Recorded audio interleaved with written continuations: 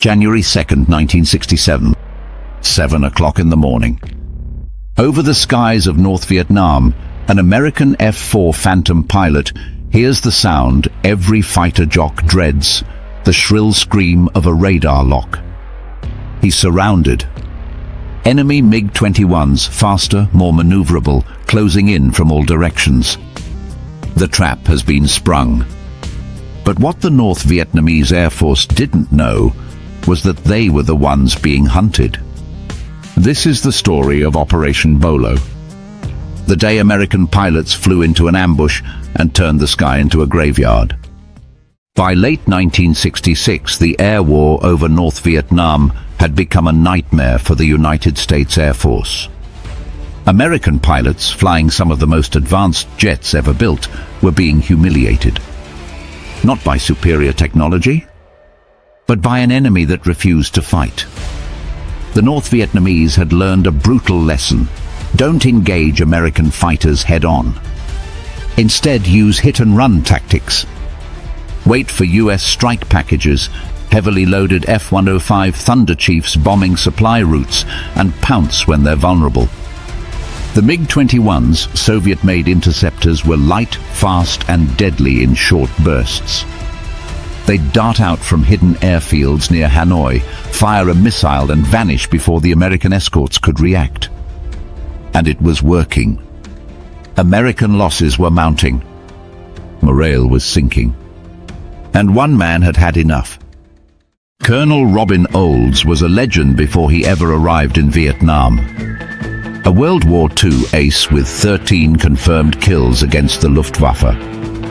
A man who flew with aggression, precision, and an almost reckless confidence. But by 1966 he was frustrated.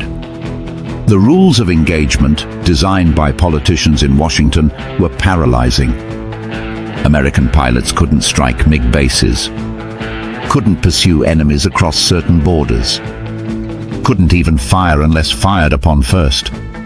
Olds called it fighting with one hand tied behind your back. So he devised a plan. If the enemy wouldn't come out and fight, he'd make them think they had no choice. He called it Operation Bolo. And it was a masterpiece of deception. The concept was elegant, deadly, and required perfect execution. Olds would disguise his squadron of F-4 Phantoms, air superiority fighters, to look exactly like F-105 Thunder Chiefs, the lumbering, bomb-laden jets the MiGs loved to target. Same flight paths, same altitudes, same radio call signs, same electronic signatures. The North Vietnamese radar operators would see what they always saw, a fat, slow strike package heading for Hanoi. Easy prey. But when the MiGs scrambled to intercept, they'd find themselves face to face with the best fighter pilots in the US Air Force. Flying jets built for one thing, air-to-air combat. Olds handpicked his pilots, briefed them in secret. And on the morning of January 2nd, 1967, the trap was set. At 0700 hours, the first wave of American F-4s crossed into North Vietnamese airspace. Below them, clouds blanketed the jungle. Visibility was near zero. Perfect conditions for an ambush on both sides. Minutes later, the North Vietnamese took the bait. MiG-21s scrambled from Phuoc Yen and Gia Lam airfields. Ground controllers vectored them toward what they believed was an easy kill, American bombers, vulnerable and distracted. But as the MiGs climbed through the cloud layer, they realized something was wrong. These weren't F-105s. The bombers broke formation. Afterburners ignited. And suddenly the hunters became the hunted. Colonel Olds' voice crackled over the radio. Olds has a MiG. Engaging. The sky exploded. What happened next was 7 minutes of pure chaos.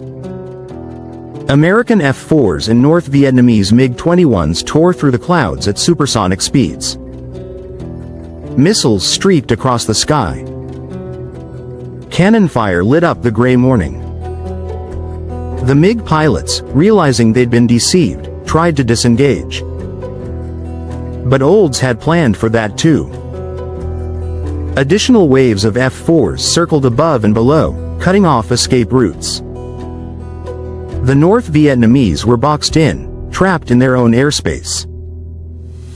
Olds locked onto the first MiG, fired an AIM-9 Sidewinder. The missile corkscrewed through the air and detonated. The MiG disintegrated in a fireball. Across the battlefield, other American pilots were doing the same. Captain John Stone, 1 kill. Captain Everett Raspberry, 1 kill. Major Philip Combes, 2 kills. The North Vietnamese Air Force, so used to hit-and-run superiority, was being systematically destroyed. In less than 15 minutes, 7 MiG-21s were shot down. Not a single American aircraft was lost. The sky over Hanoi had become a kill zone. When the American pilots returned to base, they were greeted like conquering heroes. 7 confirmed kills. 0 losses. It was the most lopsided air victory of the Vietnam War. But Operation Bolo's impact went far beyond the numbers. The North Vietnamese Air Force, humiliated and crippled, pulled back. For weeks, MiGs refused to engage American fighters. The psychological blow was devastating. More importantly, Bolo proved something Washington had forgotten: that in war, creativity and aggression matter as much as technology. Robin Olds had shown that the rules of engagement, however restrictive, could be bent. That deception, properly executed, was as lethal as any missile.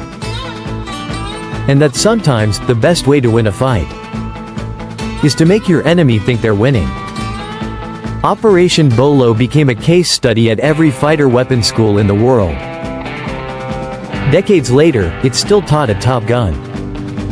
Robin Olds would fly 152 combat missions over Vietnam. He'd retire as a brigadier general, one of the most decorated pilots in American history. But when asked about Operation Bolo, he never boasted. He'd simply say, "We did our job. The mission remains a reminder that wars aren't won by technology alone. They're won by the men and women who fly, who fight, and who refuse to accept defeat." On January 2, 1967, American pilots flew into a trap. And they turned it into a legend. This has been the story of Operation Bolo. The day the sky became a kill zone. Quote,